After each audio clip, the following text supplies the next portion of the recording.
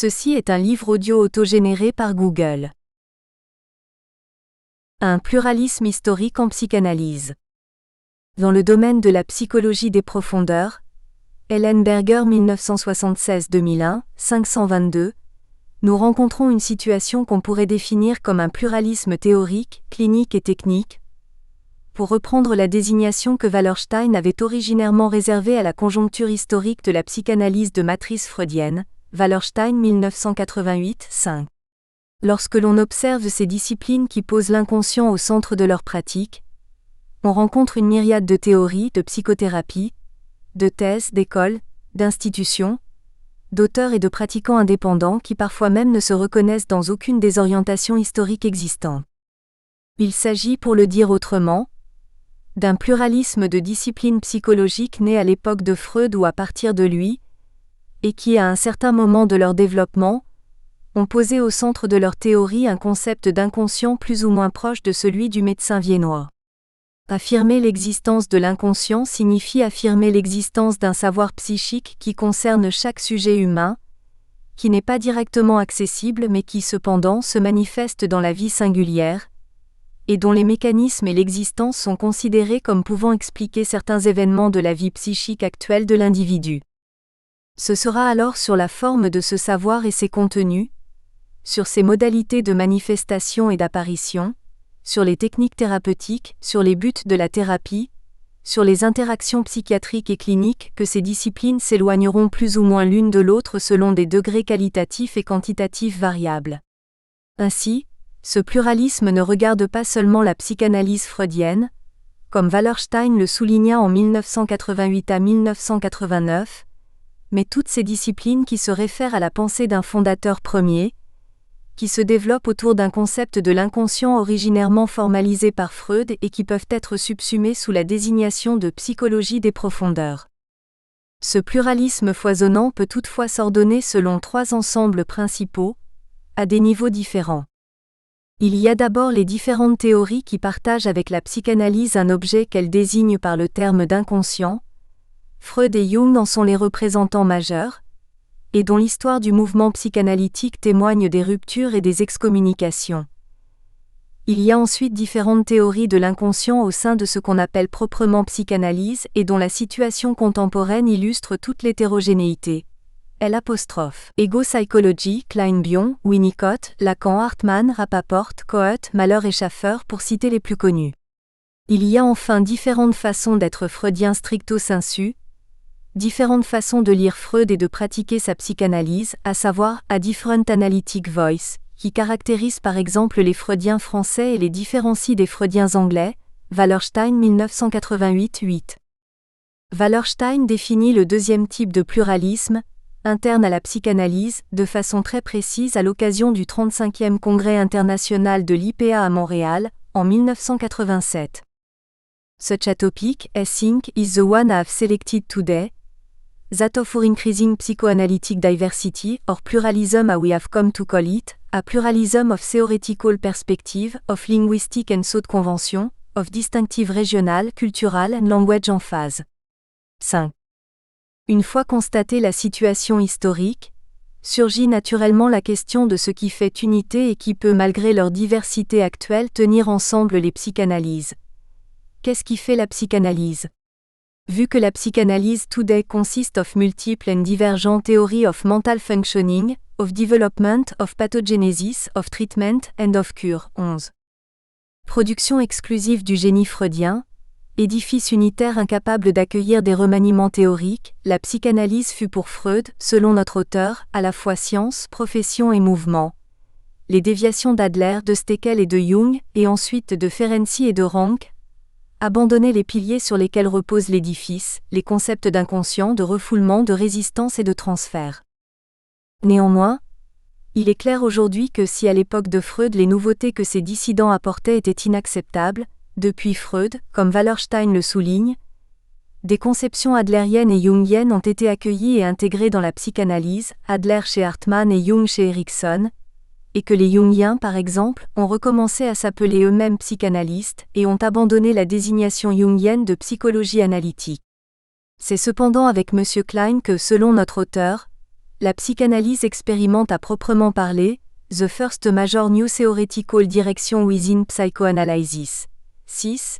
Et que commence manifestement le pluralisme interne à la discipline freudienne. Ce qui intéresse Wallerstein, c'est surtout de retrouver un terrain commun, un common ground qui puisse garantir un background partagé entre toutes les psychanalyses et au-delà des différences apparentes. L'auteur pense pouvoir le repérer dans les concepts freudiens de transfert et de résistance, deux concepts cliniques qui synthétisent et cristallisent la révolution de la découverte freudienne. Selon l'auteur, ces concepts cliniques sont partagés par les différentes psychanalyses, puisque leur apparition date de la pratique freudienne originaire. Si toute psychanalyse se fonde sur cette configuration clinique primaire, il n'est pas automatique pour autant que l'une d'entre elles puisse revendiquer une validité supérieure de sa théorie sur celle des autres. Autrement dit, la clinique n'est pas automatiquement la garante de la supériorité d'une théorie individuelle sur une autre, mais seulement de la possibilité que, par exemple, comme le montre Wallerstein, une même vignette clinique puisse être décrite et interprétée efficacement selon des métapsychologies différentes, voire contradictoires. Autrement dit, la fluidité de la clinique entre métapsychologies différentes est possible car ce qui fonde, ce qui structure et organise ces métapsychologies, c'est le transfert patient-analyste et la résistance qui s'installe à origine au sein de la clinique. Ces deux éléments sont transexpérimentaux et transobservationnels, et Wallerstein les recueille sous la désignation de clinical theory, le vrai terrain commun. Ur data.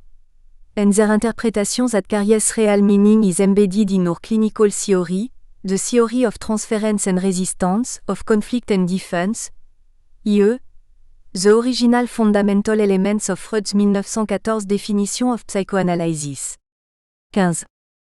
Le pluralisme proprement dit se manifeste alors au moment où les observateurs cherchent à recomposer dans des théories générales subjectives et particulières les datas de la clinique.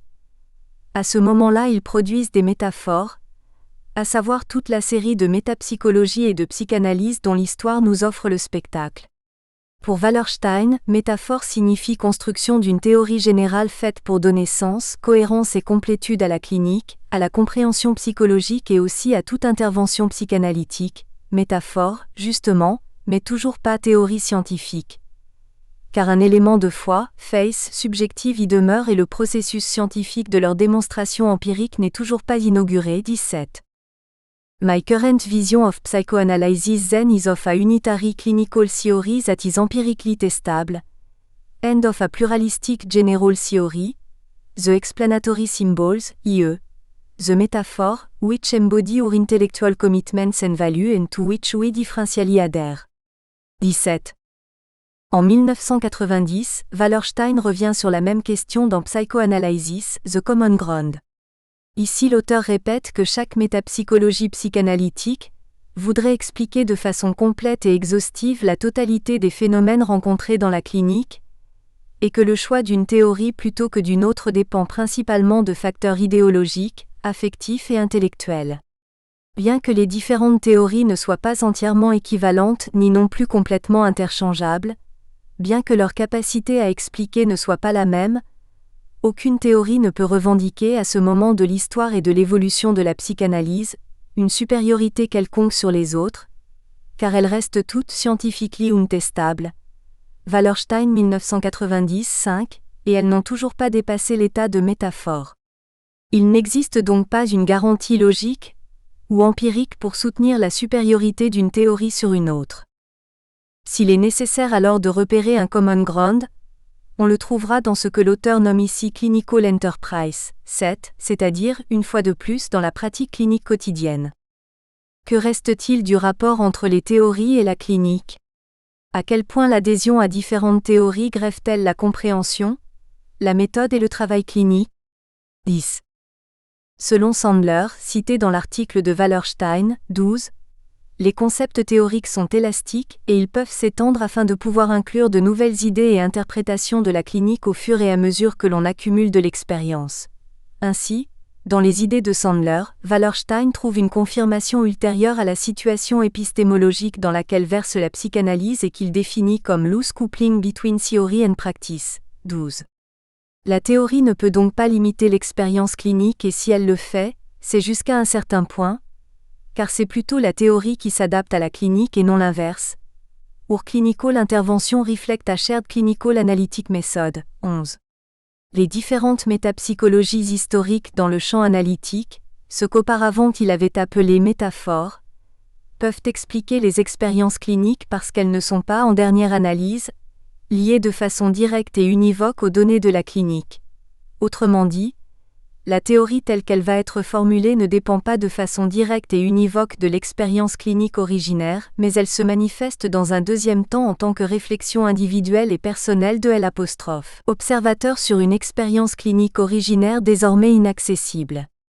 L'expérience clinique freudienne originaire, organisée et fondée par le transfert et la résistance, et autour d'eux, permet le dialogue et la translation d'une expérience clinique privée entre des théoriciens différents, puisque toute théorie singulière naît dans une même configuration clinique privée homologue et analogue. Il y aurait de ce fait, une théorie clinique partagée, une méthode clinique basique et des données observées communes, et c'est cela qui fait psychanalyse au-delà de toute différence systématique et théorique. C'est seulement à partir de la clinique que la psychanalyse pourra constituer une structure scientifique cohérente et unitaire, afin de garantir sa scientificité face aux autres sciences. F. Riolo, interprète de Wallerstein, affirme à ce propos que les théories ne sont pas les produits ou les formulations conceptuelles d'expériences d'observation, mais des options de caractère méta-empirique préconstituées sur la base de l'appartenance géographique, du training de formation, de l'idéologie et du système des valeurs du groupe d'appartenance. Elles sont pour la plupart héritées, et non pas choisies. Chacune se propose comme un univers cognitif totalisant et non pas intégrable avec les autres, capable d'une capacité explicative compréhensive de tous les phénomènes observables en analyse et d'un langage idiomatique qui puisse les faire exister. 1990-685, traduction Nôtre. Otto F. Kernberg, 1993, affronte la question du pluralisme non pas à partir de la clinique et de la théorie mais plutôt à partir de la technique. Ainsi arrive-t-il à définir 9 techniques principales partagées par les différentes écoles, et 7 techniques sur lesquelles celles-ci divergent. Les 9 techniques principales favorables à la convergence, et sur lesquelles les analystes semblent se concentrer dans leur pratique, sont le transfert, les habitudes caractérielles du patient dans la situation analytique, l'attention à la situation de Hirennau, 661, la traduction des conflits inconscients en termes de relations d'objets, le contre-transfert et les réactions émotives de l'analyste envers le patient, l'attention sur les affects comme résultat du dualisme pulsionnel, la considération qu'il y a plusieurs royal roads de l'inconscient et non le rêve seulement 663, l'attention de l'analyste au langage dont il se sert en séance pour empêcher que certains mots ne servent au patient pour réorganiser sa réalité psychique, permettant ainsi à l'analyste de vérifier ses théories. La tendance à remplacer la linéarité du développement pulsionnel classique, oral, anal, génital, oedipien, par des structures fortement individuelles dans lesquelles des phases préédipiennes et oedipiennes cohabitent. Les points de divergence sont: comment concevoir le processus analytique? Comment manier la régression dans le transfert avec des patients graves? La différence entre psychanalyse et psychothérapie psychanalytique. Le rôle et la place de l'empathie, la relation entre la vérité historique et la narration qui se constitue en cours d'analyse, la neutralité de l'analyste et la possibilité qu'il puisse inconsciemment influencer le patient sur le plan de la culture, de la politique, de la religion et de l'idéologie, la possibilité d'atteindre les expériences psychiques prélangagières avec l'analyse. Kernberg revient sur la question de la technique en 2001 dans un article intitulé Recent Development in The Technical Approaches of English Language Psychoanalytic Schools. Il présente ici les 2 courants principaux qui sont en train de se former et de s'organiser définitivement dans la psychanalyse contemporaine, dans les pays de langue anglaise. Il s'agit du Contemporary Psychoanalytic Mainstream, Kernberg 2001, 534, composé par les Kleiniens, les Freudiens contemporains et le groupe anglais de la relation d'objet. 10 éléments en commun dans la technique marquent ce courant, Wallerstein 2002, 18. Il y a ensuite le courant intersubjectiviste Interpersonal Self-Psychology Schools, Kernberg 2001, 537, c'est-à-dire celui qui se constitue surtout autour de la self-psychology. Pour cette option, Kernberg énumère 5 points en commun dans la technique, Wallerstein 2002, 18. Mais il y aurait aussi, selon l'auteur, une troisième voie constituée par la psychanalyse française qui ne peut pas être incluse dans les deux courants principaux. The French Psychoanalytic Approach. Kernberg 2001, 538, et où l'on pourrait retrouver au moins 14 points de technique en commun, Wallerstein 2002, 19. Ce nouveau regroupement semble pouvoir se substituer à celui proposé en 1993, dans lequel l'auteur cherchait des points en commun transversaux dans la technique, au-delà des métapsychologies embrassées par chaque école analytique. Dans un article consacré à la trajectoire de la psychanalyse, 2002, Wallerstein fait le point sur le débat qu'il a contribué à lancer, en examinant d'abord un essai de J. Bachand et A. Richard, 1993, 454 à 458. Dans cet essai, les auteurs proposent 5 regroupements principaux qui reprennent différemment la question du statut épistémologique de la psychanalyse, celle du common ground et du pluralisme. I. Wallerstein et le common ground, terrain commun au niveau de la clinique, pluralisme des métaphores scientifiques au niveau de la théorie, impossibilité actuelle d'une validation empirique de toute théorie. 2. F-Pin et l'approche multimodale, Wallerstein 2002, 11, traduction nôtre. Les événements cliniques sont observés et considérés déjà dans le cadre d'une théorie analytique. Pin en énumère 4 majeurs. L'observation pure et une pratique disjointe de la théorie n'existent pas. 3. L. Rangel et la théorie psychanalytique totale composite. Wallerstein 2002, 12, traduction nôtre. Il existe une théorie fondamentale, totale, organique et compréhensive sous-jacente aux différentes écoles analytiques. 4. R. Schaffer et l'anti-métapsychologie se concentre sur l'étude systématique et sur la possibilité de vérification empirique de la théorie clinique.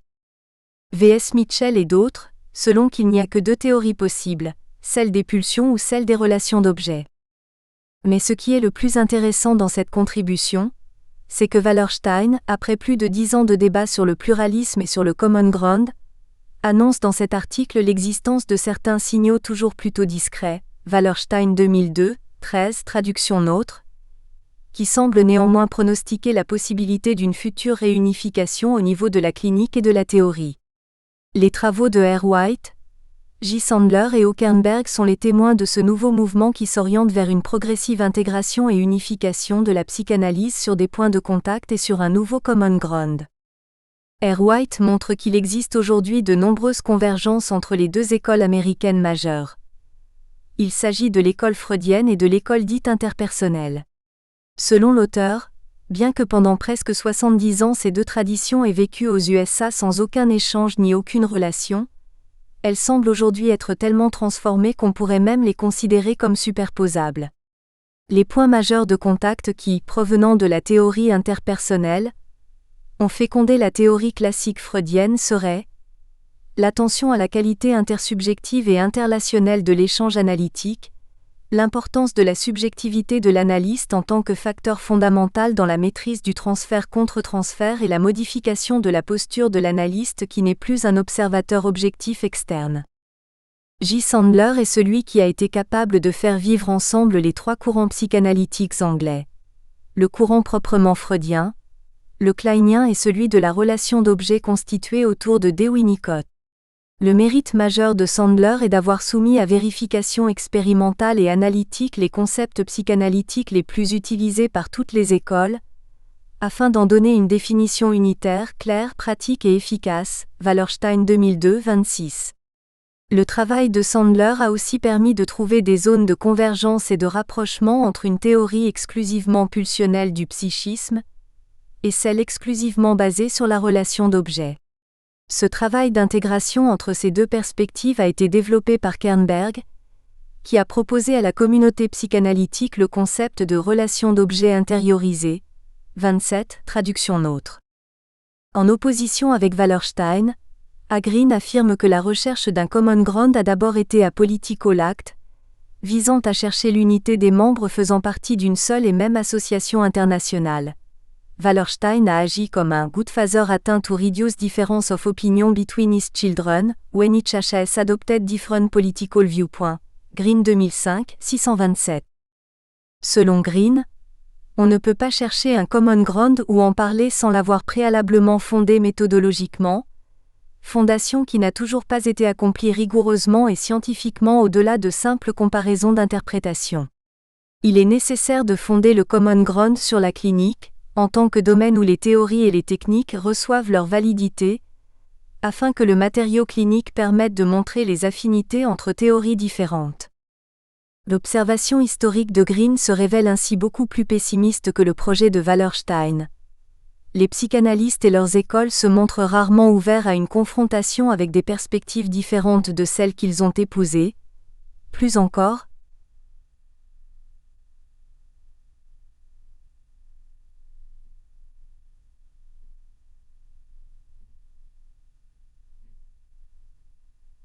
Reflection on the fundamental postulates of divergent theories is not the most beloved exercise of psychoanalysts, who actually prefer innocuous and mutually gratifying conversation to rigorous discussion. 629.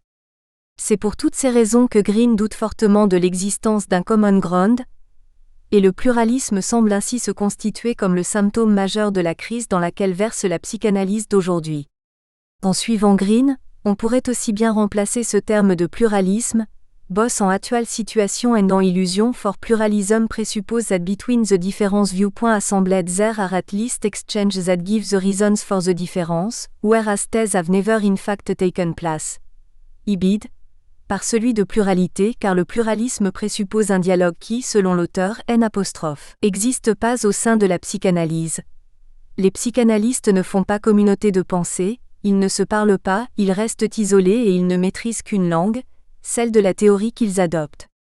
Un pluralisme est donc à construire qui repose sur une réelle communication entre ces acteurs et entre les théories concernées, et sur un débat rigoureux et profond qui puisse garantir et fonder ce common ground tant recherché. La réponse de Wallerstein ne se fait pas attendre, elle est publiée dans le même numéro de l'International Journal of Psychoanalysis.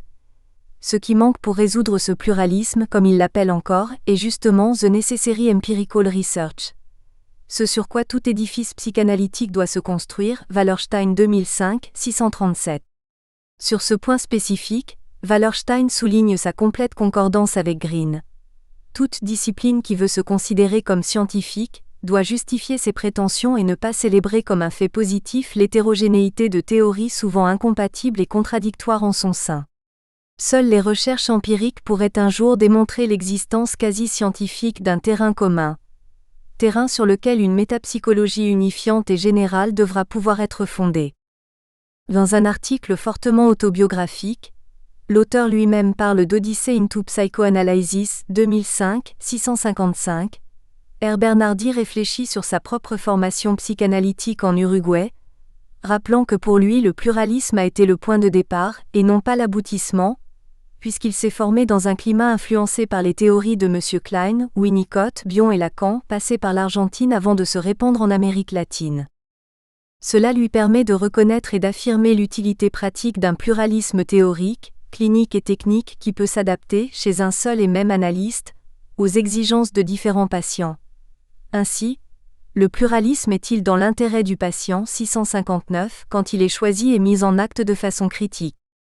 À ce propos, l'auteur nous rapporte un exemple.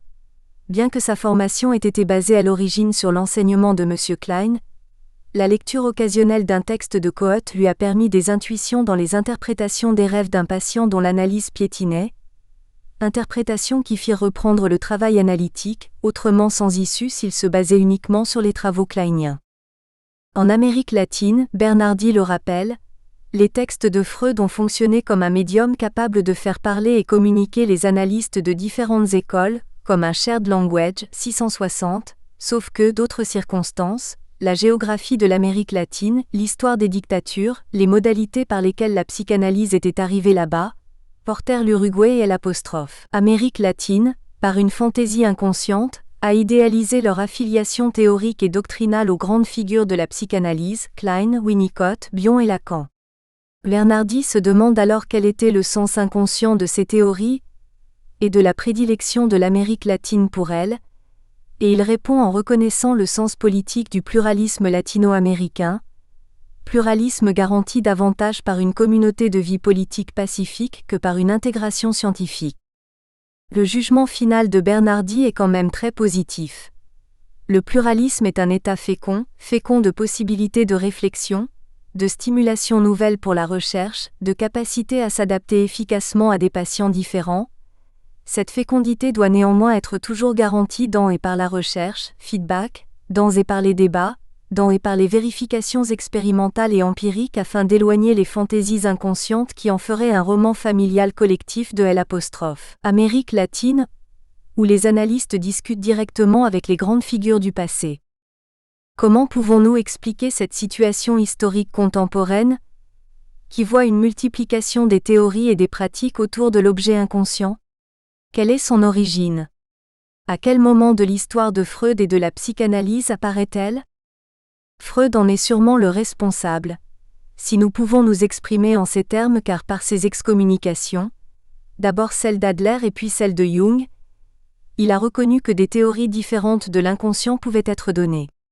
Après avoir reconstruit un historique partiel du débat sur le pluralisme, essayons d'en reprendre l'histoire, puisque nous en avons anticipé la naissance à la rupture avec Jung. Si, pour le dire autrement, avec M. Klein naît le pluralisme au sein de la psychanalyse, avec Jung s'inaugure un pluralisme plus ancien, plus profond et plus radical, celui qui concerne les inconscients ou la psychologie des profondeurs. Avec le cas Schreber de Freud, 1910, et avec les métamorphoses de Jung, 1911 à 12, comme nous allons le voir, un autre inconscient apparaissait sur la scène et il se manifestait à travers le délire de la maladie mentale dite schizophrénie. Peu de temps auparavant, 1908, la question des mythes avait commencé à interroger Freud et Jung, comme leur correspondance en offre le témoignage, et à les inciter à leur faire une place dans l'édifice analytique. Par le biais de la schizophrénie de Schreber et de Miss Miller, les deux patients au centre de deux études, cette incitation devint incontournable et elle fut la véritable occasion de la rupture irréparable entre les deux amis.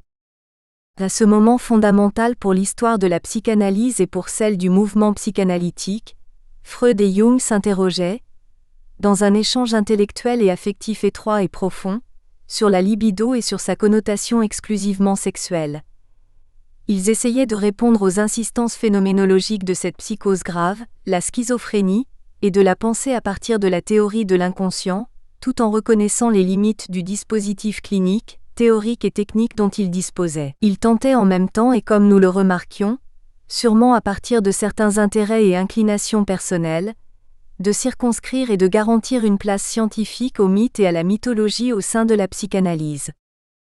Ghichemoni a démontré, une étude de ce genre dans le champ de l'histoire de la psychanalyse était attendue, que la rupture entre Freud et Jung a été déterminée par une incompatibilité dans la conception du mythe, vraie pomme de discorde, Chemoni 2016, 72, et dans sa place en rapport à la psyché humaine et non, comme l'on a été habitué à le croire, par une divergence sur la théorie de la libido qui au contraire en est un corollaire. Autrement dit, Jung arriva à cette nouvelle vision de la libido comme conséquence de ce qu'il venait de découvrir dans la mythologie et non le contraire, Hassoun 2011 sur 1, 75, c'est-à-dire comme un a priori formulé avant cette rencontre avec les mythes. Si d'ailleurs l'on s'en tient à l'histoire du mouvement psychanalytique écrite par Freud, la rupture avec Jung dans la science de l'inconscient révèle que ce dissentiment théorique peut cacher et trahir la question du mythe, en considérant le mythe d'abord comme contenu de ce dissentiment, objet discret autour duquel la théorie psychanalytique pouvait s'exprimer. La contribution à l'histoire du mouvement psychanalytique 1914 en offre un exemple. Freud reconnaît à Jung le mérite par son étude sur les associations libres d'avoir introduit dans la psychanalyse la théorie des complexes, terme technique commode, souvent indispensable. Freud, contribution à L'. Histoire du mouvement psychanalytique 1914-2005, 273. Mais en même temps il lui reproche ses affirmations sur le dit. Jung aurait considéré ce complexe, dont l'origine de la configuration est sûrement mythologique, comme seulement symbolique, qu'il n'a en somme aucune existence réelle. La mère en lui signifiait l'inatteignable à quoi il faut qu'on renonce dans l'intérêt du développement culturel. Le père qui est tué dans le mythe d'Oedipe est le père intérieur, dont on a à se libérer pour devenir autonome, 312 italiques ajoutés. Mais pourquoi Jung a-t-il éprouvé l'exigence de devoir introduire dans la psychanalyse ces changements théoriques? Pour éliminer des complexes familiaux, ce qui est choquant, 310. Là où Freud s'interroge sur les raisons du dissentiment de Jung, il renvoie automatiquement aux complexes familiaux, à leur consistance et à l'Oedipe. La réflexion sur le mythe anticipe la reformulation de la libido. Ces lignes témoignent de cette première faute du mythe et de son rôle de contenu du dissentiment entre Freud et Jung. Cependant, cette faute n'est pas la seule, car le mythe est aussi et surtout condition de cette rupture et forme du dissentiment. Rencontrer le mythe et se questionner sur sa place au sein de l'édifice psychanalytique, ainsi qu'autour de ses rapports à l'inconscient, demandait d'ailleurs l'application d'une nouvelle technique dite de l'amplification. Ce sont ces trois éléments, articulés de façon cohérente, qui justifient seuls la naissance historique du pluralisme des inconscients au moment de la rupture entre Freud et Jung. 2. Contenu du dissentiment et technique de l'amplification.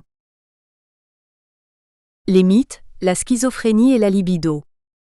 Depuis la psychopathologie de la vie quotidienne, 1901, Freud est convaincu que la mythologie n'est rien d'autre que de la psychologie interne, projetée à l'extérieur, Chemouni 2016, 26. Ainsi, étudier la mythologie signifie étudier l'inconscient, et vice-versa.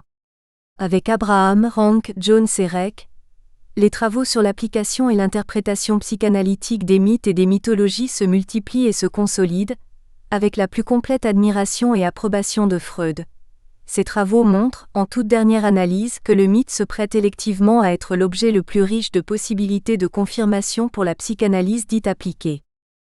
La correspondance entre Freud et Jung ne témoigne pas seulement de cet intérêt partagé, mais tout en accueillant cette possibilité d'appliquer la psychanalyse aux productions de la culture, elle apporte et inaugure une réflexion supplémentaire qui concerne la possibilité d'autres articulations entre les domaines de la culture humaine et la discipline de l'inconscient.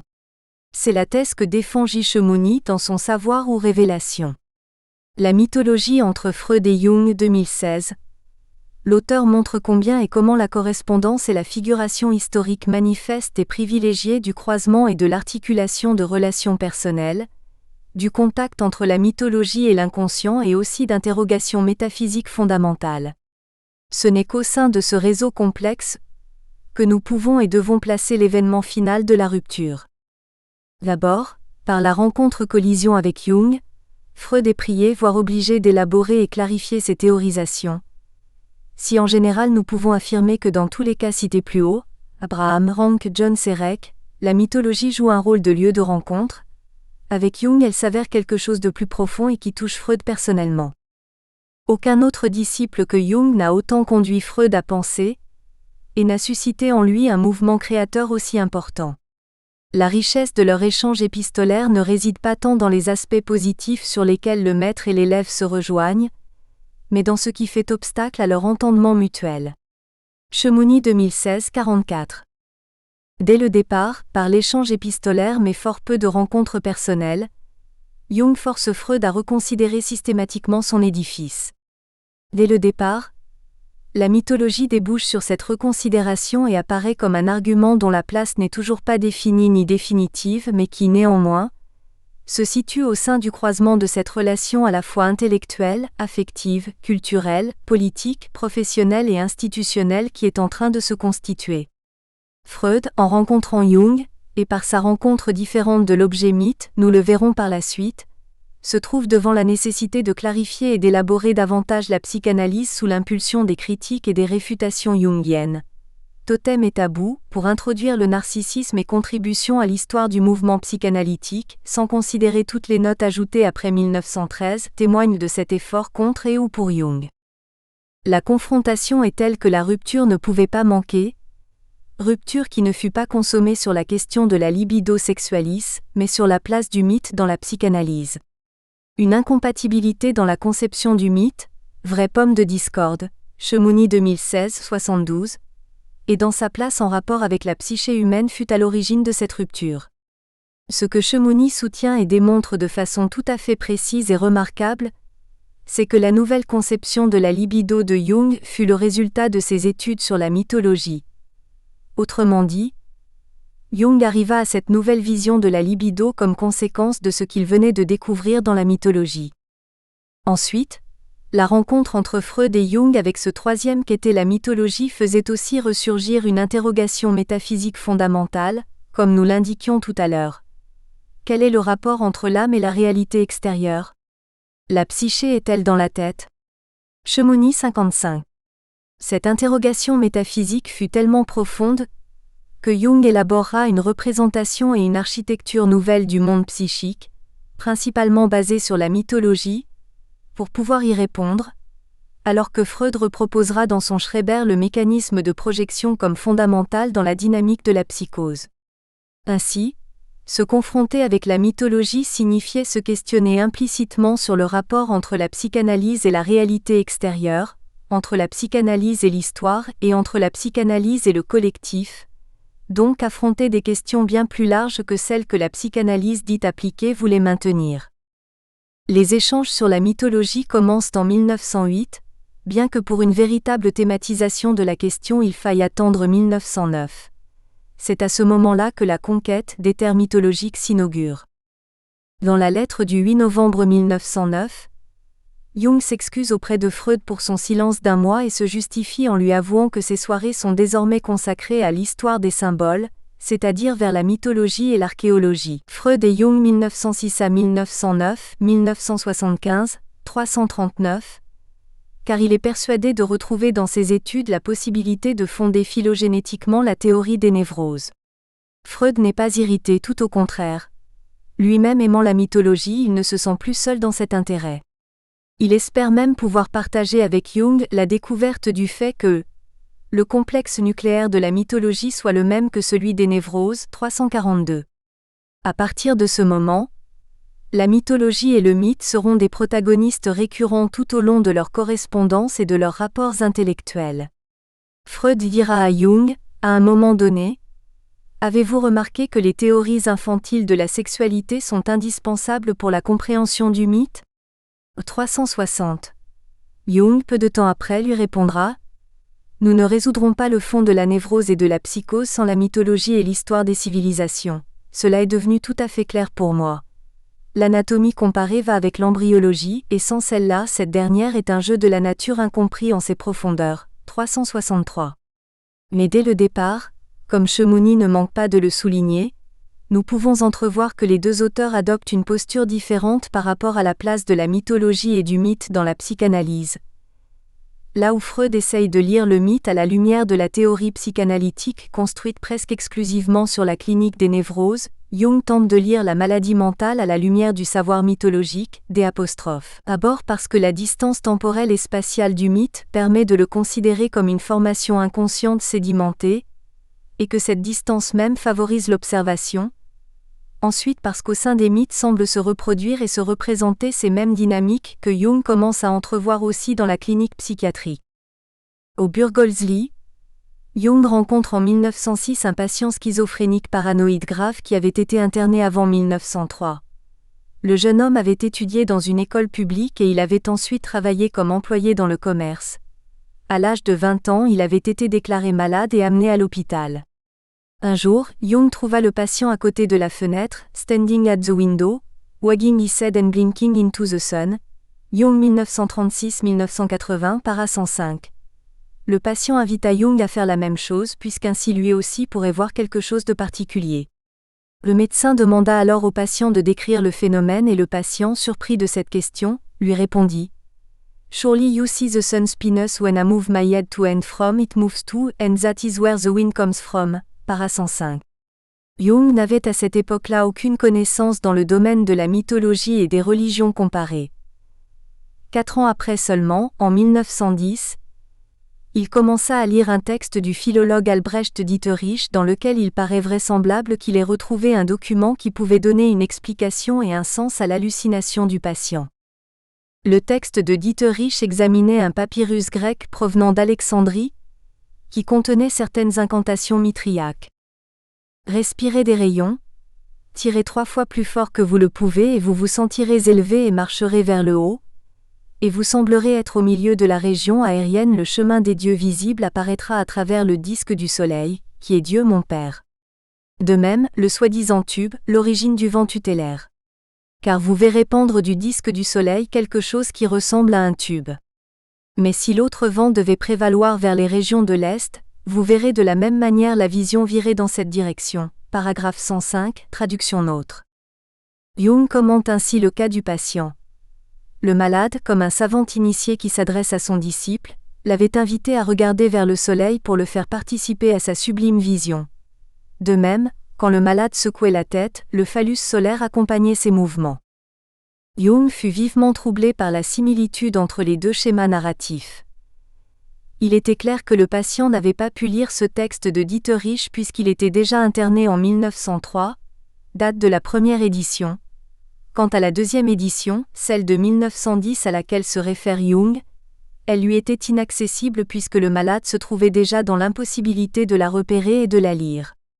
Si on ne doute pas de l'épisode rapporté par Jung, il faudrait alors admettre avec lui que it must now be shown that this is not a purely chance coincidence of two isolated cases. We must therefore show that the idea of a wind tube connected with God or the sun exists independently of these two testimony and that it occurs at other times and in other places. Para 108. Par exemple aussi dans certains tableaux médiévaux qui représentent ainsi la fécondation de la Vierge. Jung, comme Chemouni le souligne, pressant que le domaine de la mythologie peut offrir pour la connaissance de la psyché bien plus que ne le pensent et ne peuvent le penser Freud et ses disciples, 2016-78. À partir de 1910, Jung se consacre presque exclusivement à l'étude des mythes et de la mythologie, surtout en vue de la publication des Métamorphoses qui sortira en 2 parties dans le Jahrbuch. À ce moment de la relation avec Freud, les positions théoriques semblent pouvoir encore s'accorder sans laisser entrevoir le résultat final, Chemouni 2016, 89-90, même si, comme Chemouni le propose, nous pouvons soupçonner que la cristallisation des origines et des causes de la rupture puisse être retrouvée à ce moment précis d'études et d'échanges profonds sur la mythologie, selon l'auteur, là où Freud considère depuis toujours les mythes comme un objet d'études cristallisées dans l'histoire, Jung semble commencer à vouloir saisir les mythes dans la vie affective et dans l'expérience clinique actuelle. Ce moment est important aussi pour un autre événement clé dans leur rapport. Jung signale à Freud les mémoires du président Schreber. Freud et Jung se rencontrèrent personnellement une 5e fois en 1910 à Nuremberg, à la suite du 2e congrès international de psychanalyse des 30 et 31 mars. Jung, alors en Amérique, ne put participer aux travaux, mais il rejoignit Freud, très inquiet de son absence, juste après le congrès, et ils passèrent ensemble une journée à Rothenburg-sur-Tauber. C'est Jung qui indirectement se réfère pour la première fois dans la lettre du 17 avril 1910 aux mémoires de Schreber, c'est-à-dire en utilisant un terme miraculé. Freud et Jung 1910 à 1914, 1975, 39. Tiré des mémoires, sans pour autant citer celle-ci expressément. Nous pouvons en déduire que Freud aurait quand même compris la référence, et que Jung tint pour acquis la connaissance du texte par Freud, puisque d'ailleurs les mémoires ne sont jamais citées dans l'intervalle entre la rencontre à Rothenburg et la première citation indirecte, nous pouvons donc supposer qu'ils en parlèrent à l'occasion de leur rencontre en 1910. C'est d'ailleurs Jung qui, dans son texte sur les métamorphoses, en cours d'élaboration dans cette même période, affirme que c'était lui-même qui avait signalé à Freud le texte du président Schreber. Nous soulignons quelque chose qui, dans l'étude de Chemouni, n'apparaît pas si clairement mais dont l'importance est, à notre avis et par rapport à la question du contenu du dit sentiment, primordiale. Même si l'application de la psychanalyse à la mythologie aurait pu être un point de discussion pour les deux auteurs, cette approche n'aurait pas été suffisante pour les séparer si la mythologie ne s'était pas manifestée, aussi et en même temps, dans la clinique de la schizophrénie. Autrement dit, ce n'est pas n'importe quelle mythologie qui amena les deux auteurs à la rupture, mais celle précisément qui semblait réapparaître et ressurgir par et à travers les formations délirantes de la schizophrénie. La théorie, la technique et la clinique durent en conséquence s'adapter à cette réapparition. Amplification et association libre. Mythologie, schizophrénie et collectif sont, comme nous allons maintenant essayer de le montrer, problématiques et intimement liées à ce moment de l'histoire de la psychanalyse. Il suffirait de lire encore le cas Schreber de Freud et les métamorphoses de Jung pour en avoir une idée.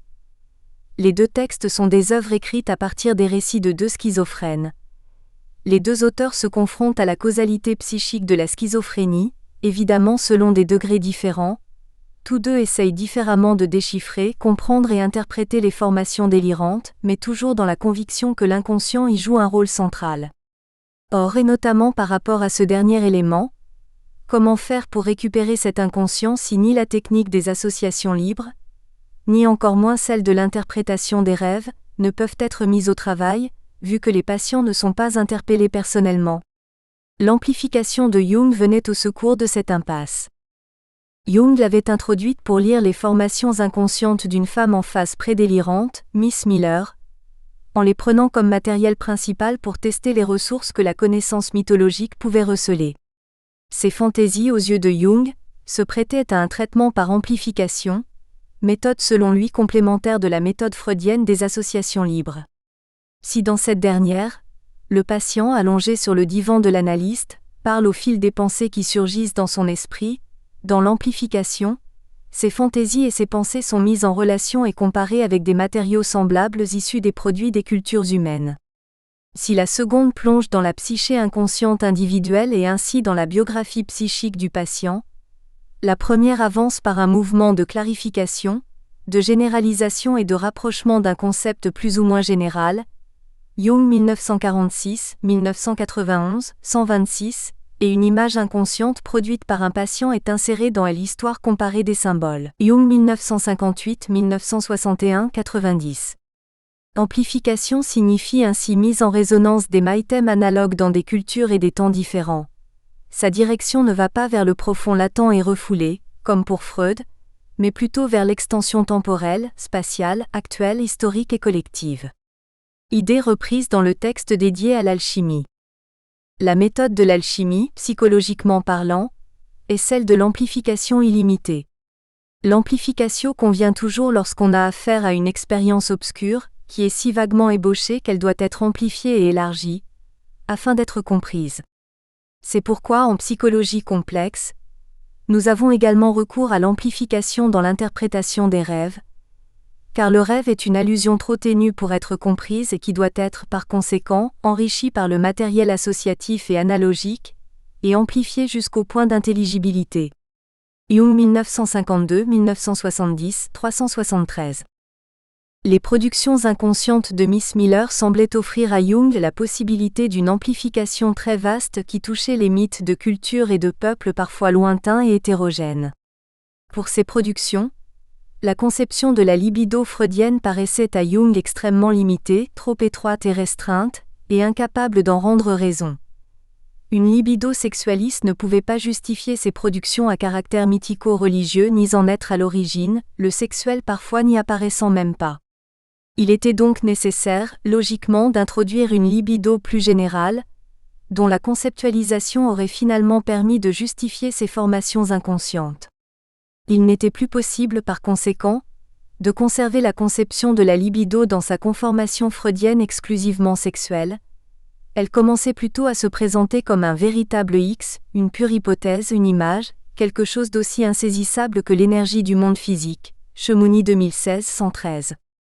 C'est seulement à ce moment-là, comme conséquence des études sur la mythologie, que la libido devient alors pour Jung l'énergie psychique en général qui seule peut s'articuler à la mythologie et se substituer à la conception freudienne restreinte d'une libido exclusivement sexuelle, laquelle ne saurait se situer à l'origine des formations et des produits de la culture et peine à les justifier.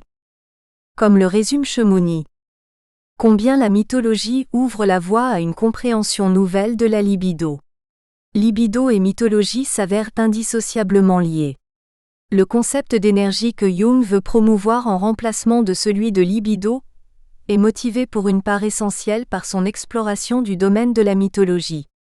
117. Et Freud ?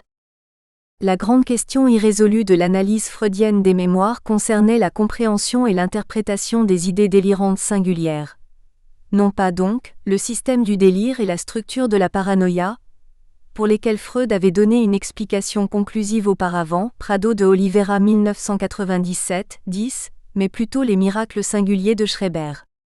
D'où le patient avait-il tiré le matériel qui constituait les fantaisies, les miracles, les termes de la langue fondamentale, les visions et les affirmations pseudo-religieuses. Les auteurs successifs, Niederland et Catane surtout, essayeront de déchiffrer, comprendre et interpréter ces éléments singuliers en s'inspirant et en s'aidant de la biographie du patient et de la connaissance des œuvres de son père, Moritz Schreiber, à la différence de Freud qui dans le supplément semble accueillir à bras ouverts l'option jungienne. En 1894, une fois déplacé à la clinique de Weber à Sonnenstein, Schreiber note que son rapport avec le soleil a changé et qu'il est maintenant capable de regarder le soleil directement sans devenir aveugle. D'ailleurs, aujourd'hui, le soleil m'apparaît encore dans une certaine mesure, sous un aspect qui est toujours différent de celui que je pouvais percevoir avant l'époque de ma maladie. Ses rayons pâlissent devant moi lorsque lui faisant face, je parle à haute voix. Je puis regarder tranquillement le soleil, et ce n'est qu'à un faible degré que je suis ébloui, alors qu'à l'époque où j'étais en bonne santé je n'aurais pas réussi davantage que les autres humains à fixer le soleil pendant des minutes entières. Schreiber 1903-1975, 169, note 65. Freud interprète ce miracle à l'aide de la mythologie romaine, en faisant référence au mythe de l'aigle qui soumet ses aiglons à une ordalie qui, si elle est surmontée, garantirait la filiation divine. Les aiglons devaient fixer le soleil sans fermer les yeux pour être dignes de leur céleste origine. Dans le supplément qui suit la publication de la première partie des Métamorphoses, et qui est ajouté en 1912 au cas Schreiber, Freud doit ainsi reconnaître que, par ce miracle, le patient a retrouvé l'expression mythologique de sa relation filiale au soleil, Freud 1910, 2009, 303 italiques ajoutés, et le mot allemand utilisé par Freud est le participe passé wiedergefunden, retrouvé, marquant ainsi l'idée que le soleil représente un symbole paternel sublimé. Mais dans les affirmations de Freud, la dynamique psychique de cette redécouverte n'est pas claire, car redécouvrir implique quelque chose que l'on possédait mais que l'on avait perdu ou oublié. Schreiber a certainement découvert un matériel inconscient dont la source n'est pas ontogénétique, mais phylogénétique. S'agit-il toutefois juste d'une memory trace, ou au contraire d'un pattern of thought, Myers 2009, 521 ? Par cette proposition méthodologique, Freud bénit les travaux de Jung, dont la valeur clinique, technique et théorique est primordiale. Combien est fondée l'affirmation de Jung que dans l'humanité les forces formatrices de mythes ne sont pas éteintes, mais engendrent aujourd'hui encore dans les névroses les mêmes productions psychiques que dans les temps les plus anciens. Et j'estime que le temps sera bientôt venu d'ajouter à son contenu individuel, compris comme ontogénétique, son complément anthropologique, à concevoir comme phylogénétique. Freud 1910-2009, 303 à 304, italique ajouté. Les forces que Freud évoque ici sont justement les forces constitutives de l'inconscient, à l'origine des productions psychiques, qu'il s'agisse des névroses d'aujourd'hui ou bien des mythes les plus anciens. Selon Freud, le cas Schreiber montre qu'au moins une déformation du délire, le miracle qui permet à Schreiber de regarder le soleil, peut être déchiffrée et comprise en se référant à la mythologie et aux études archéologiques, au mythe romain de l'aigle qui soumet ses aiglons à une ordalie. Cependant, alors que le miracle déchiffré par la mythologie appartient à la psychose schizophrénique, et alors que le supplément clôt le texte fondamental de Freud sur le même thème, la citation évoque curieusement la névrose. Si du point de vue de la technique analytique, il affirme méthodologiquement qu'il est possible d'ajouter à l'histoire individuelle l'histoire collective pour l'analyse des formations de l'inconscient, en même temps il ne permet pas d'affirmer que cette méthodologie puisse être réservée ou réservable à la psychose. Peut-être qu'ici Freud a-t-il utilisé le terme de névrose pour se référer indifféremment à la névrose proprement dite et à la psychose ? Ces considérations et découvertes dans le champ phylogénétique et celui de la mythologie vaudraient-elles pour la psychose comme pour la névrose ? Mais encore, pourquoi et comment des contenus phylogénétiques réapparaissent-ils dans les formations de l'inconscient ? Freud ne l'explique pas. Ce que pour autant nous pouvons retenir de ce texte, c'est plutôt la question du pluralisme des inconscients. Nous estimons que là où Freud accueille cette technique de l'amplification, et là où il affirme grâce à elle, que Schreiber a retrouvé l'expression mythologique de sa relation filiale au soleil, nous pouvons repérer la naissance exacte du pluralisme des inconscients. Ni Schreiber ni Miss Miller ne furent des patients rencontrés par nos auteurs, et pour les deux il s'agissait d'essayer de déchiffrer et d'interpréter leur production écrite. Ainsi, la technique des associations libres ne pouvait, ni n'aurait pu avoir, aucune efficace opératoire dans ce cas, et celle de l'amplification semblait au contraire répondre parfaitement à l'exigence de compréhension des formations délirantes schizophréniques. Rappelons-nous à ce moment les mots de Lacan quand il affirme que rien ne nous assure qu'il y a de l'inconscient hors de l'analyse, Solaire de 017c, 79. N'est-il pas en train d'affirmer là que rien ne nous assure qu'il y a de l'inconscient freudien hors de l'analyse et par conséquent hors des associations libres? Ainsi, quand Freud accueille une autre méthode pour retrouver lui aussi l'inconscient qui demeurerait dans le délire schizophrénique, n'est-il pas en train en quelque sorte d'accepter qu'il y a un autre inconscient propre à la schizophrénie, et que celui-ci se manifeste sous forme mythico-mythologique? Ou pour le dire autrement, que sa technique et sa théorie n'épuisent ni ne couvrent la totalité des déterminations possibles de l'inconscient en soi, pour ainsi dire? Pour résumer ici de manière différente notre thèse, et en suivant pas à pas la logique que les textes qui accompagnent la rupture semblent cacher, nous devrions reconnaître que le refoulé n'est pas le retrouvé. On atteint le premier par la technique des associations libres, le deuxième par l'amplification. À la vie individuelle, l'amplification ajoute la vie collective. À l'ontogenèse, l'héritage phylogénétique, au sexuel, l'énergétique, à la vie intérieure, la vie culturelle extérieure. À l'expression par la parole qui s'écoute, celle des images mythologiques qui peuvent être connues par l'analyste et ainsi reconnues, à la mémoire, l'histoire. À l'inconscient tel qu'il apparaît dans la clinique de l'hystérie, celui qui semblerait être propre à la schizophrénie.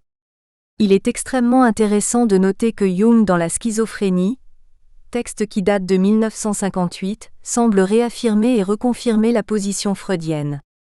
En traitant du matériau collectif qui apparaît davantage dans le délire de cette maladie mentale, il reconnaît que la conformation collective, culturelle, archaïque et mythologique de ces contenus ne doit pas être considérée comme inventée, mais comme rencontrée. Jung 1958-2017, 325, Discovered dans la version anglaise et Vorgefunden dans la version originale allemande. Quoi qu'il en soit, une fois la rupture consommée, Freud ne suivra plus cette deuxième voie, c'est-à-dire celle qui consacre au phylogénétique une valeur consistante dans l'écoute et dans la clinique analytique. Avec Jung, la mythologie fait donc son entrée dans la technique analytique et dans la thérapie des psychoses, et pour la schizophrénie principalement là où à travers le délire le patient retrouve des expressions mythologiques. Par l'amplification, la mythologie devient le médium fondamental et le savoir incontournable pour le déchiffrage et la compréhension de certaines formations du délire, car l'immense quantité d'images et de symboles nécessite ce recours pour qu'elles deviennent lisibles. Encore une fois, le cas de Miss Miller s'inscrit dans et témoigne de ce virage méthodologique, théorique et clinique fondamental. De retour d'Amérique, Jung écrit à Freud, 11 novembre 1912, qu'il a réussi à conquérir beaucoup de médecins grâce à ses innovations dans le champ de la libido et de la psychanalyse. Freud lui répond, 14 novembre, passant du cher ami au cher docteur. Ensuite, se référant aux métamorphoses, dont la deuxième partie venait de paraître, Freud communiqua son appréciation favorable au travail de Jung sur la libido, mais non pour autant dans sa totalité, et il lui demanda des clarifications. Ils se rencontrèrent effectivement à la conférence de Monaco organisée par Jung, et à cette occasion ils trouvèrent une conciliation apparente. Étonnamment, malgré cette issue positive, Freud accusa le groupe de Zurich d'avoir arrêté de le citer dans ses travaux et il s'évanouit soudainement.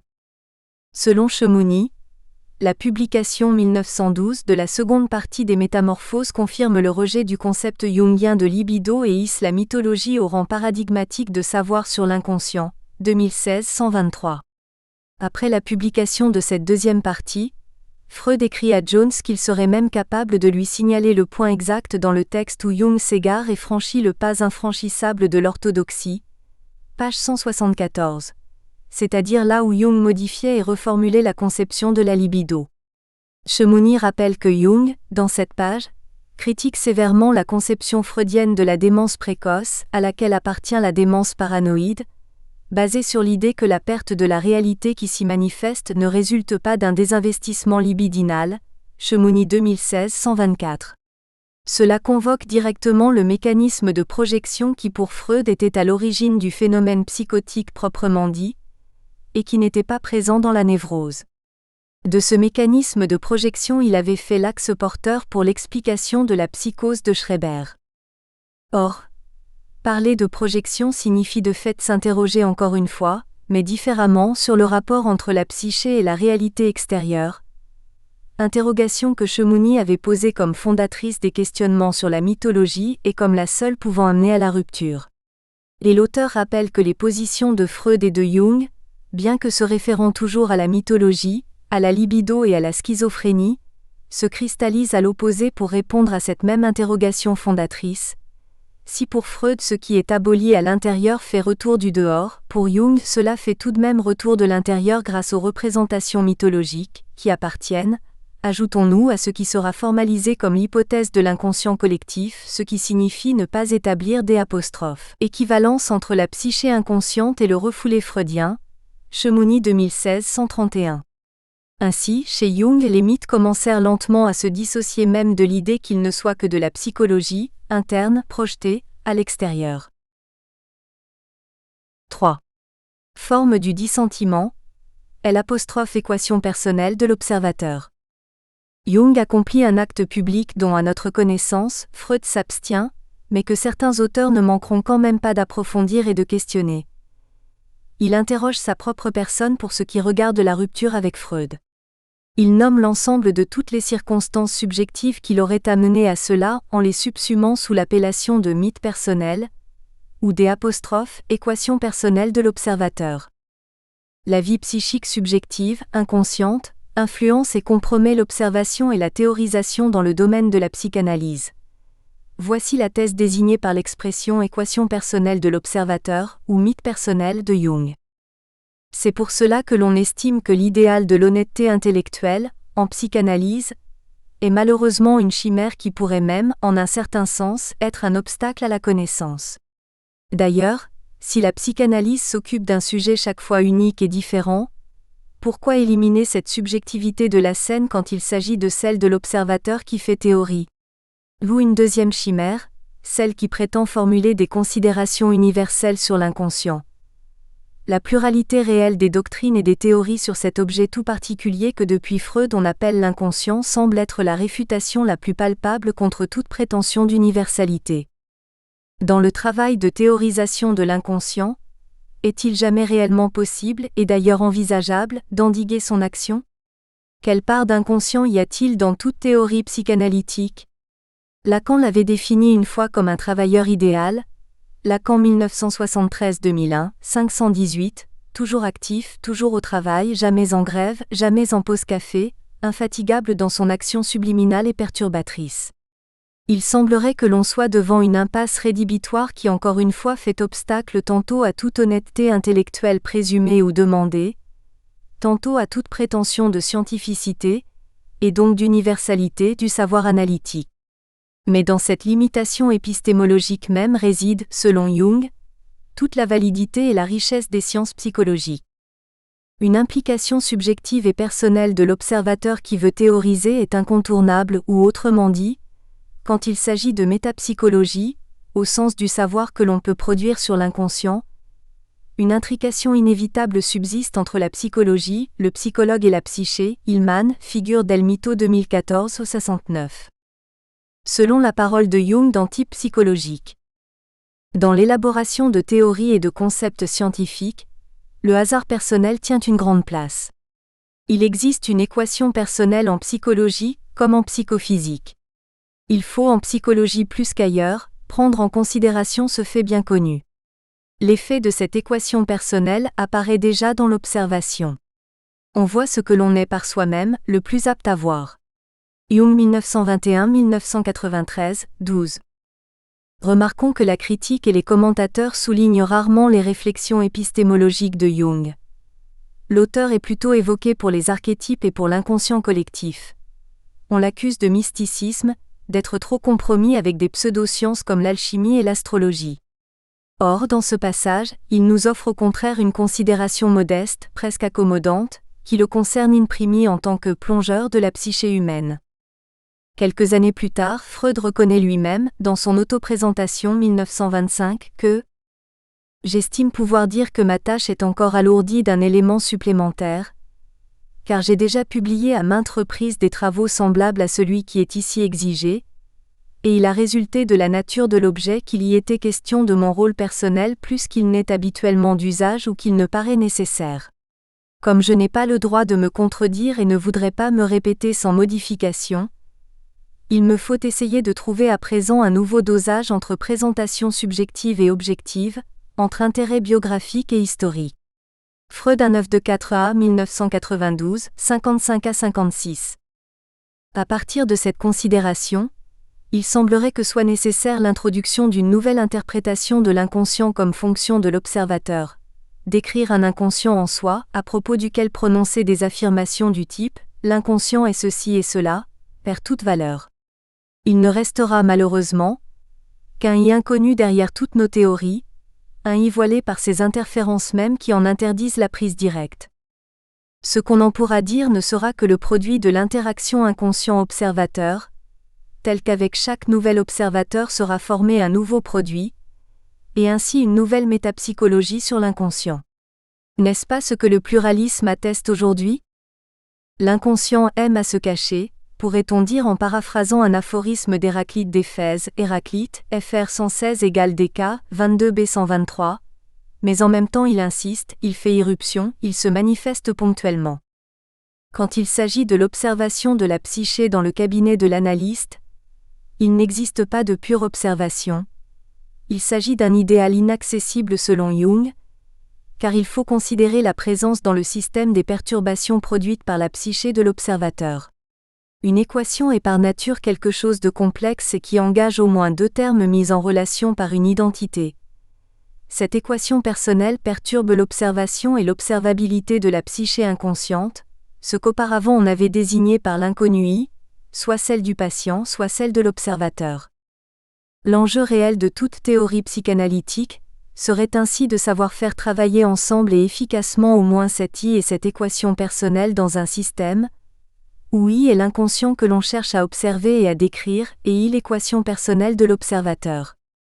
Nous avons affirmé que ce que l'on recherche c'est cette I qui se cache, c'est-à-dire la possibilité de pouvoir décrire l'inconscient au-delà de la pluralité des théories métapsychologiques.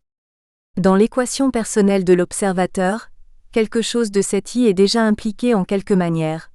Le I de l'analyste, son inconscient est toujours présent et il ne peut à aucun moment être mis entre parenthèses.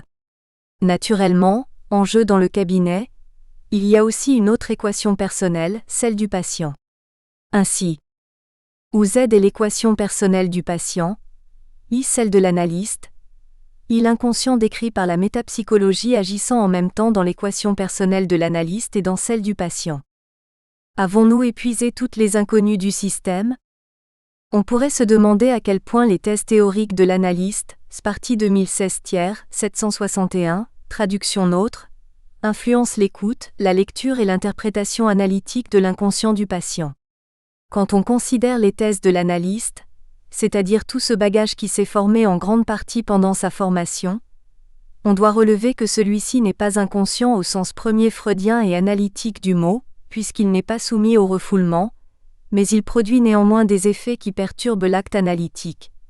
Autrement dit, il n'est pas à tout moment maniable par la conscience puisque l'analyste n'en a pas une pleine et continue awareness.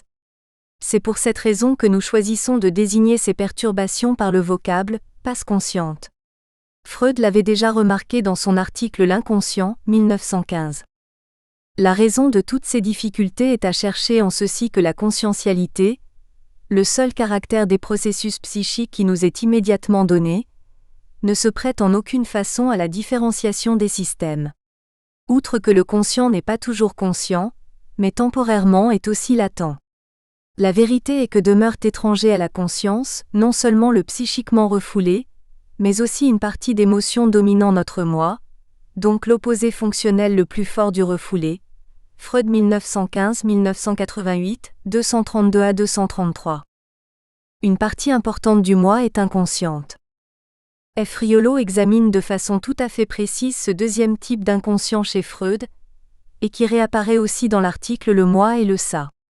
Il démontre qu'il y a chez Freud un inconscient qui n'a pas été refoulé, mais qui en même temps est incapable de devenir conscient et même incapable d'une existence propre. L'inconscient freudien se révèle ainsi comme un véritable different form of thought, which, by virtue of its intrinsic characteristic, is incapable of becoming conscious.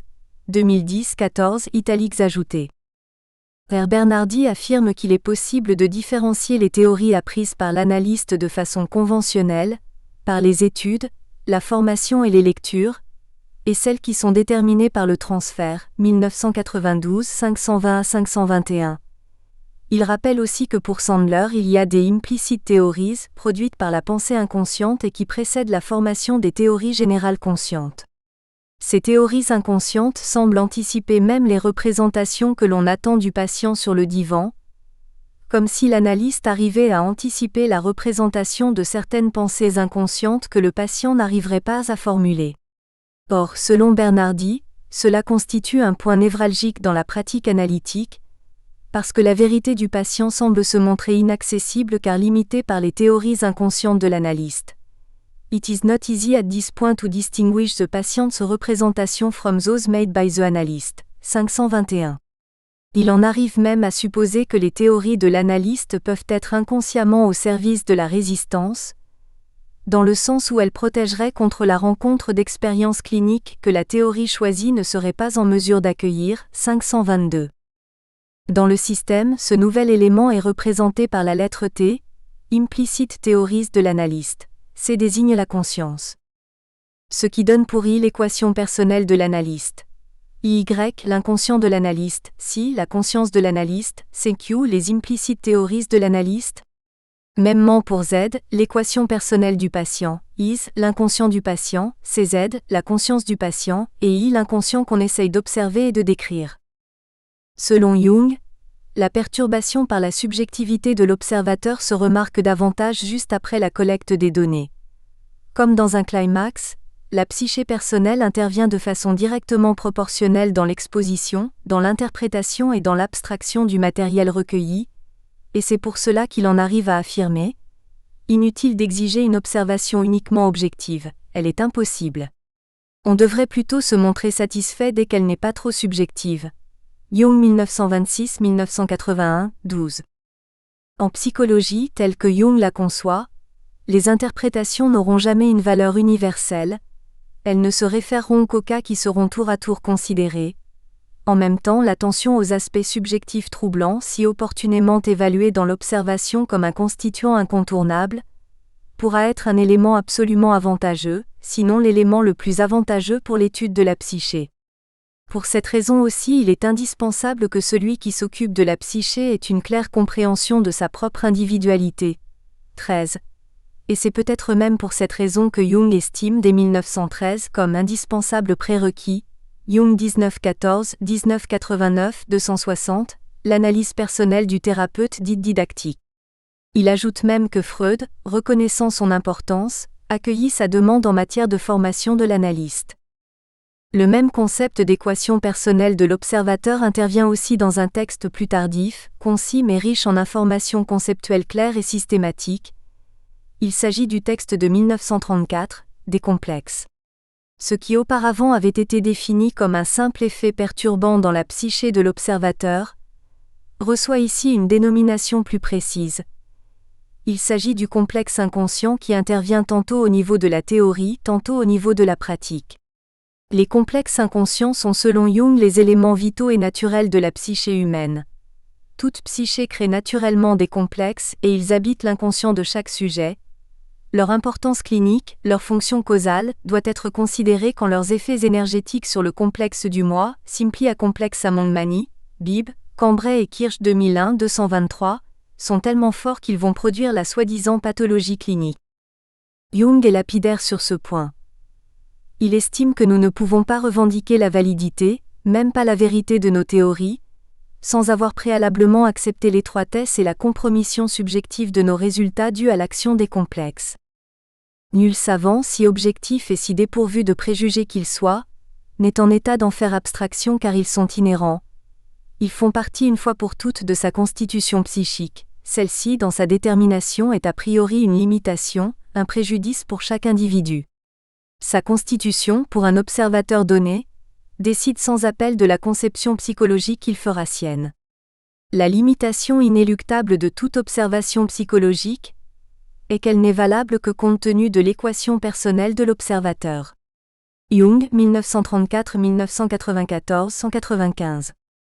La validité du savoir psychologique ne peut être obtenue qu'en maniant correctement les éléments troublants que dans tout savoir et typiquement, dans celui du scientifique in primi, l'on essaye de réduire à un niveau proche de zéro, comme les fautes d'observation et de mesure associées à toute expérimentation et que dans la physique classique on exprime par le symbole delta.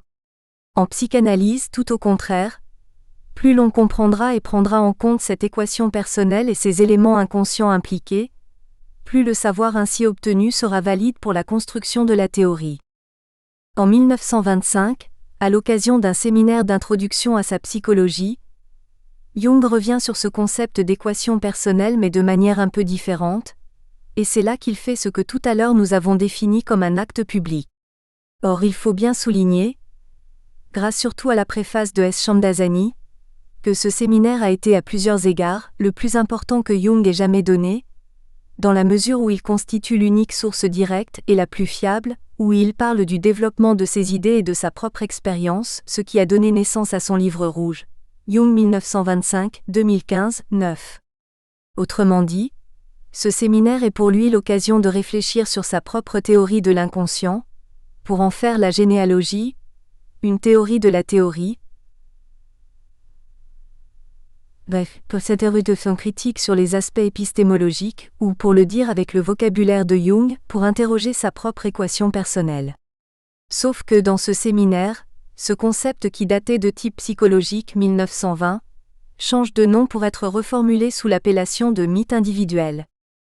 Cette interrogation ne l'empêche pas de revenir courageusement aux métamorphoses et donc à la rupture avec Freud de 1913, d'autant plus qu'une analyse de ce texte conduisait inévitablement à une analyse de ses propres processus inconscients. Jung 1925, 2015, 90. C'est comme si Jung était en train de se demander combien l'inconscient avait joué sur sa rupture avec Freud, et dans l'écriture et la publication de cet ouvrage immense à plus d'un égard. C'est l'homme Jung qu'il essaye d'interroger et d'observer à partir de sa position d'observateur psychologique, selon une attitude proprement psychanalytique. Il arrive même à se questionner sur sa capacité clinique et interprétative par rapport à Miss Miller, dont les visions sont rapportées dans les Métamorphoses, puisqu'il affirme qu'en analysant cette dame, il était en réalité en train d'analyser sa propre fonction imaginative et son refoulement. Jung arrive à sortir de cette impasse par le recours à la mythologie, c'est-à-dire par le recours à un élément tiers différemment partagé par lui-même et Miss Miller, qui lui permit de reconnaître où se plaçait la limite entre son équation personnelle et la maladie de Miss Miller, et en même temps de réveiller sa propre imagination active et de débuter la création de ce qui sera le livre rouge. En quelque sorte, par la mythologie et par la clinique de Miss Miller, Jung arriva à savoir un bout de vérité de son propre mythe, ou au moins à le reconnaître. En 1950, Jung revient littéralement sur ses métamorphoses, et il ajoute une préface à l'occasion d'une révision fondamentale de ce texte pour la 4e édition. Ici, il nous offre d'abord une définition du mythe. Le mythe est ce qui est cru toujours partout et par tous. Jung 1911-1952, 1993a, 35. La première caractéristique du mythe est donc celle qu'on pourrait nommer une sorte de croyance absolue oubliée, ou plus justement, croyance absolue inconsciente. Chacun habite un mythe, à la fois personnel et collectif. Il y croit sans pouvoir limiter cette croyance, sans pouvoir la maîtriser et donc sans le savoir et sans en avoir pleine conscience, awareness ou consapevolezza. De plus, ce mythe ordonne la vie de chacun à son insu. 36. Existe-t-il un être humain sans mythe ? Si nous suivons Jung, nous devons accepter ici que chacun habite son propre mythe et en même temps, plusieurs mythes collectifs différemment stratifiés et communiquant entre eux. De toute manière, Jung ne recule pas, ou du moins il n'en donne pas l'impression, en face de la question la plus radicale qui le nous concerne. Quel mythe vis-tu ? Se demande-t-il. 35. Au contraire, il en développe toute la portée éthique, c'est-à-dire à la fois théorique et clinique. Ainsi tout naturellement se formula en moi la décision de connaître mon mythe, et je considérais cela comme le devoir par excellence, car, me disais-je, comment, en présence des malades, tenir compte exactement de mon facteur personnel, de mon équation personnelle si indispensable pour la connaissance d'autrui, si je n'en avais pas conscience? Il me fallait pourtant savoir quel mythe inconscient ou préconscient me formait. 36. Voici donc toute l'importance de ce concept qu'on commence à rencontrer et à élucider et qui concerne le mythe personnel, ou mythe individuel, comme quelque chose d'absolument incontournable en psychanalyse et donc qui concerne viscéralement la dimension psychique de l'être humain. Toujours en 1950, Jung revient sur un texte qui datait de 1929. Il s'agit de Der Gegensatz Freud und Jung, un court article qui décrit le contraste avec Freud. La métapsychologie de Freud est le résultat de sa propre psychologie personnelle. C'est seulement avec sa participation, inconsciente ou bien non prise en compte, qu'il a pu nous livrer un savoir sur l'inconscient. Autrement dit, Our way of looking at things is conditioned by what we are. Jung 1933-1989, 335. Encore plus, et encore une fois se révèle le lien éthique entre théorie et pratique en psychanalyse. La psychologie de Freud correspond à l'état névrotique de Freud et sa validité est donc limitée à la névrose qui lui correspond. On ne peut pas se passer du caractère subjectif de toute psychologie. Et pour terminer, Jung revient ainsi au mythe personnel. I know well enough that every word et utter carries with it something of myself, of my special and unique self with its particular history and its own particular. Nous espérons que vous avez apprécié cet aperçu. Pour continuer à écouter ce livre audio sur Google Play Livres, utilisez le lien dans la description de la vidéo.